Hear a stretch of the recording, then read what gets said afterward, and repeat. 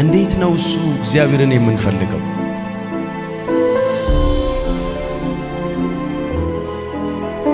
የጥሞና ጊዜ በመውሰድ ነው ወይንም ደግሞ በማሰላሰል።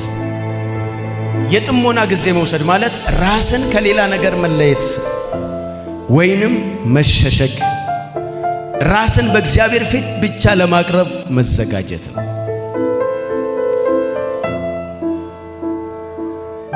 እግዚአብሔር በብዙ ጩኸት ውስጥ የለም። በብሉይ ኪዳን እግዚአብሔርን የሚፈልጉት ሕጉን በማሰላሰል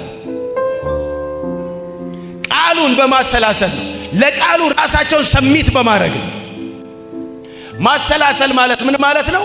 የእሱን አምላክነት ሕጉን ቃሉን የሚመሩበትን የሚወጡበትን የሚገቡበትን እውነት በአእምሯቸው ምን በማድረግ ነው? በማሰላሰል።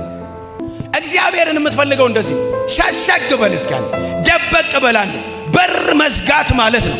እንደ ማርያም ተሸሸገች እንዳለው ነገር ወደ እሷ ሲመጣ እግዚአብሔር ሲያገኛት ከላይ መለኮት ሲገናኛት ኖርማል መሆን አልፈለገችም። ጉዳዩን ይዛ ተሸሸገች ይላል። ወደ ኤልሳቤጥ ሄደች ይላል። ጊዜውን ማሳለፍ የፈለገችው ትክክለኛ ቦታ ላይ እግዚአብሔር ፊት እንደዚህ ይላችኋል፣ የሚቀጥለው ዘመን የጥሞና ጊዜ የምትወስዱበት ወደ እርሱ የምትሸሸጉበት ጸጋ በኢየሱስም ይጨመርላችኋል።